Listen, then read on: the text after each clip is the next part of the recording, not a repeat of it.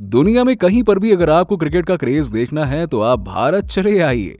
गली गली में यहाँ पर क्रिकेट का फैन आपको मिल जाएगा और इसके पीछे की वजह हमारे देश के खिलाड़ी, जिनकी वजह से ही क्रिकेट को आज एक अलग ऊंचाई मिल पाई है।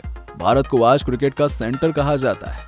कई सारे रिकॉर्ड्स हमारे देश के खिलाड़ियों ने तोड़े हैं और इसी के साथ ही साथ अब सबसे बड़े स्टेडियम का रिकॉर्ड भी भारत के नाम है। हम बात कर रहे हैं नरेंद्र मोदी स्टेडियम की, जिसे हाल ही में बनाया गया था। और आज की वीडियो में हम आपको बताएंगे इस विशाल स्टेडियम को बनाने में कितना समय लगा और इसे किस तरह से बनाया गया। ये सुनकर आप यकीन मानिए एक्साइटेड हो जाएंगे। जी हाँ, तो चलिए बिना किसी देरी के शुरू कर दें आज की वीडियो। अहमदाबाद के शहर में जब इस स्टेडियम को बनाया जा रहा था तब इससे पहले इसका नाम मोटेरा स्टेडियम हुआ करता था और इसमें सिर्फ 54,000 लोगों के बैठने की कैपेसिटी थी। लेकिन आज के समय में इस स्टेडियम में 1,32,000 लोग बड़े ही आराम से मैच का आनंद उठा सकते हैं। 2014 में मोटेरा स्टेडियम को तोड़कर इसे वापस से बनाने का काम शुरू हुआ और जब इसे तोड़ा गया तब इसका नजारा कुछ इस तरह से देखा जा सकता था। स्टैंड से लेकर हर एक चीज को तोड़ दिया गया था। और आपको बताते चलें कि साल 1982 में मोटेरा के स्टेडियम को लगभग 9 महीने के अंदर ही बनाकर तैयार कर दिया गया था, जो उस समय के हिसाब से एक वर्ल्ड रिकॉर्ड था।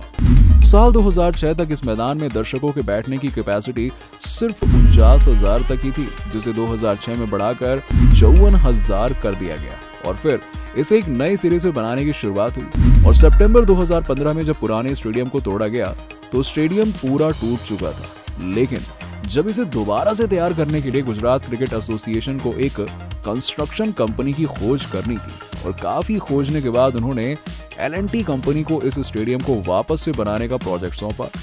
जब इस कंपनी को यह प्रोजेक्ट सौंपा गया तो उनके सामने कई सारी चुनौतियां खड़ी हुई थी, क्योंकि उन्हें इस स्टेडियम को 38 महीनों के अंदर ही बनाकर तैयार करने का चैलेंज दिया गया था। सबसे पहले तो कंपनी ने दुनिया भर में स्टेडियम के स्ट्रक्चर को बनाने के लिए बड़े बड़े एक्सपर्ट्स को बुलाया। ऑस्ट्रेलिया और अमेरिका से यहाँ पर बुलाए गए कई डिजाइनर, आर्किटेक्चर ने स्टेडियम पर काम किया और स्टेडियम के अंदर लगाई जाने वाली हर तरह की चीजों को बाहर से इंपोर्ट किया गया था, जिनमें यहाँ मौजूद मजबूत केबल है और इन्हें इटली से मंगवाया गया था। इन बड़ी बड़ी केबल्स का स्टेडियम में काफी अहम रोल होता है, जो इसे मजबूती प्रदान करते हैं और इसके ढांचे को पूरी तरीके से मजबूत बनाता है। इन्हें बड़ी बड़ी क्रेन की मदद से यहाँ पर लाया गया और फिर शुरू होता है स्टेडियम को बनाने का काम। सबसे पहले स्टेडियम के स्टैंड को बनाने का काम शुरू हुआ और इसके लिए यहाँ पर इन बड़े बड़े पिलर्स को क्रेन की मदद से लगाया गया। इन पिलरों का मजबूत होना काफी ज्यादा जरूरी है, क्योंकि इसी पर पूरे स्टैंड का वजन टिका हुआ होता है। तो इसे बनाने के लिए सबसे पहले इसके फाउंडेशन को तैयार किया गया और इसे सरिये की मदद से चारों तरफ से पैक किया जाता है। बाद में इसके ऊपर बनाए गए इन बड़े बड़े पिलरों को सेट किया जाता है। इसी तरीके से यहाँ पर इतने सारे स्टैंड्स बनाने के लिए उनके पिलरों को बनाया गया। कुछ समय के बाद स्टेडियम का ढांचा ये देखिए पूरी तरह से बनकर तैयार सा दिखने लगा। अब इसके बाद इसके अंदर का काम चालू किया गया, जिसमें बैठने के लिए स्टैंड को तैयार किया गया।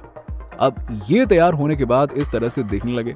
स्टैंड्स के लिए सीढ़ियों को बाहर से लेकर आया गया था और फिर उन सबको यहाँ पर इंस्टॉल करने के बाद उनकी पॉलिशिंग करी जाती है। यहाँ पर चारों तरफ बड़े बड़े क्रेन्स हमेशा मौजूद रहते थे, जो यहाँ मौजूद बड़े बड़े मटेरियल को उठाने में काम आते थे। इनके बदौलत काम कर पाना बेहद ही मुश्किल है और इस पूरे स्टेडियम का बाहरी हिस्सा और अंदर के स्टैंड जब बनकर तैयार हो जाते हैं तब इसके इंटीरियर का काम शुरू हुआ, जिसमें ड्रेसिंग रूम से लेकर अलग अलग कमरों को बनाया गया। पानी की सप्लाई से लेकर इलेक्ट्रिसिटी की सप्लाई, हर एक चीज का यहाँ पे ध्यान दिया गया, क्योंकि ये सिर्फ एक मैदान नहीं है बल्कि यहाँ लाख से ज्यादा लोग मैच के दौरान रहते हैं और इतने सारे लोगों के लिए हर तरीके का इंतजाम होना भी बहुत जरूरी होता है। मैदान में मौजूद स्टैंड से लेकर यहाँ मौजूद जितने भी कमरे हैं उनको बना लेने के बाद ये स्टेडियम कुछ इस तरह से दिखाई देने लगा है। अब लगभग 40% काम देखिए पूरा हो चुका है और अब बारी आती है इसके रूफ को तैयार करने की और इसके लिए मजबूत केबल्स का इस्तेमाल किया जा रहा है। जमीन से इतनी ऊंचाई पर इन केबल्स को लगाने के लिए क्रेन्स का इस्तेमाल किया जाता है। इस तरीके से स्टेडियम के चारों तरफ दीवारों के साथ साथ अंदर बने स्टैंड्स को पूरे तरीके से तैयार कर लिया जाता है। कंस्ट्रक्शन कंपनी L&T ने स्टेडियम में लगाई जाने वाली लाइट को स्पेन से मंगवाया था और देखते ही देखते स्टेडियम का लगभग पूरा काम कंप्लीट हो चुका था। स्टेडियम के अंदर मैदान के साथ साथ कई सुविधाएं भी मौजूद हैं, जिनमें यह हॉल ऑफ फेम, प्लेयरों के लिए एक बड़ा सा जिम मौजूद है। यहाँ की एंट्रेंस लॉबी काफी ज्यादा बड़ी है और खिलाड़ियों के लिए ब्रीफिंग रूम भी यहाँ पे मौजूद है जो काफी ज्यादा विशाल है। इसके अलावा खिलाड़ियों के लिए काफी बड़ा वॉशरूम भी बनाया गया है। यहाँ पर एक वॉक थ्रू फील्ड भी बनाई गई है जो सीधा स्टेडियम के अंदर से मैदान की तरफ जाती है और यहाँ पे मौजूद लंबी सी सीधी इस फील्ड को खत्म करती है। यहाँ पर एक स्वीट रूम भी बनाया गया है और इसका बड़ा सा presidential suite room, banquet hall और एक प्रेस कॉन्फ्रेंस रूम भी इसी स्टेडियम में मौजूद है। एक बड़ा सा कमेंट्री रूम, मीडिया रूम, खिलाड़ियों के खेलने के लिए यहाँ पर मल्टी स्पोर्ट्स स्पेशलिटी भी दी गई है। यहाँ एक बड़ा सा क्लब हाउस भी बनाया गया है जहाँ पर कई सारी सुविधाओं को ध्यान में रखा गया है। दोस्तों, इस पूरे स्टेडियम को बनाने में 36,000 वर्करों की जरूरत पड़ी थी और यहाँ पर लगभग 24 घंटे काम चलता रहता था। अब आपको बता दें इस पूरे स्टेडियम के आर्किटेक्चर को किसने तैयार किया था। देखिए, इस काम को ऑस्ट्रेलिया की कंपनी पॉपुलोस को दिया गया था जिसने मेलबर्न क्रिकेट ग्राउंड को भी तैयार किया था। जब इसका काम शुरू होने वाला था तब पूरे डिजाइन को पहले से ही तैयार कर लिया गया था और फिर सारा काम उसी डिजाइन के अकॉर्डिंग किया गया था। कंस्ट्रक्शन कंपनी के सामने एक सबसे बड़ी चिंता वाली बात यह थी कि अहमदाबाद अर्थक्वेक प्रोन इलाका है। जी हाँ, यहाँ फ्रीक्वेंट अर्थक्वेक आते रहते हैं, तो उस चीज से निपटने के लिए भी उन्हें कुछ न कुछ तो करना ही था। उन्होंने इसके पूरे स्ट्रक्चर को कुछ इस तरह से डिजाइन किया जिससे बड़े से बड़े फ्रीक्वेंसी वाले भूकंप से स्टेडियम को कोई नुकसान ना पहुंच पाए। यहाँ से 350 किलोमीटर दूर भुज मौजूद है जहां पर जनवरी 2001 में बहुत ही ज्यादा बड़ा भूकंप आया था, तो उस हिसाब से स्टेडियम को मजबूत बनाना बहुत जरूरी था।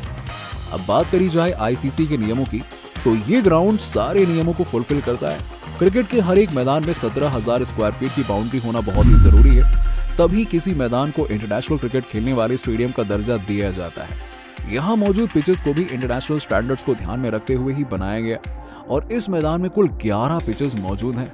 मैच शुरू होता है तो खिलाड़ियों का ध्यान सबसे पहले पिच पर ही होता है और इस मैदान में 5 काली मिट्टी से बनाए हुए पिच मौजूद हैं। इसके अलावा 6 लाल मिट्टी से बनाए हुए पिच मौजूद हैं और लाल मिट्टी को मुंबई से खास तौर पर मंगवाया गया था। अब आपको बताते हैं यहाँ की आउटफील्ड के बारे में, जिसे खास बनाने के लिए ऑस्ट्रेलिया से 250 किलो बीज मंगवाए गए थे। जी हाँ, ताकि यहाँ पर खेलने वाले खिलाड़ियों को बेहतर एक्सपीरियंस मिल सके। अब दोस्तों, जैसे कि आपको पता होगा कि अगर कोई क्रिकेट मैच को रोका जाता है सडनली चलते हुए मैच को, तो उसकी ज्यादातर वजह बारिश ही होती है और इस हिसाब से हर एक स्टेडियम का ड्रेनेज सिस्टम काफी बेहतर होना चाहिए ताकि बारिश होने के बाद स्टेडियम को जल्द से जल्द सुखाकर मैच शुरू किया जा सके। नरेंद्र मोदी स्टेडियम के अंदर एक वर्ल्ड क्लास ड्रेनेज सिस्टम बनाया गया। यहाँ मैदान के नीचे एक बहुत ही बड़ा पाइप का जाल बिछाया गया है जिसकी मदद से अगर यहाँ बारिश होती भी है तो लगभग 75 मिलीमीटर बारिश का पानी स्टेडियम से बाहर निकल सकता है। अब बात करी जाए यहाँ मौजूद स्टेडियम की लाइट्स की, तो यहाँ पर 580 हाईटेक लाइट्स का इस्तेमाल किया गया और इसमें लगी हर एक लाइट 1500 वॉट की है और इस स्टेडियम के चारों तरफ दर्शकों के लिए काफी बड़ी जगह छोड़ी गई है ताकि 1,32,000 लोग मैच के दौरान आराम से स्टैंड तक पहुंच पाएं। और इतनी बड़ी जगह होने की वजह से यहाँ पर काफी देर तक एक जगह भीड़ इकट्ठा नहीं हो पाती है। और इस मैदान का उद्घाटन 24 फरवरी 2021 को हमारे देश के राष्ट्रपति रामनाथ कोविंद के द्वारा किया गया था, जबकि इस मैदान पर पहला मैच भारत और इंग्लैंड के बीच में खेला गया था और ये T20 मैच था जो कि 12 मार्च 2021 को खेला गया था और तब से लेकर अब तक यहाँ पर कई सारे इंटरनेशनल और डोमेस्टिक मैच खेले जा चुके हैं। भारत में खेला गया सबसे पहला पिंक बॉल टेस्ट मैच भी यहीं पर खेला गया था और ये मैच भारत और बांग्लादेश के बीच में खेला गया था। नरेंद्र मोदी स्टेडियम आज दुनिया का सबसे बड़ा स्टेडियम बन चुका है जहां पर दुनिया का हर एक खिलाड़ी आकर खेलने की चाह रखता है।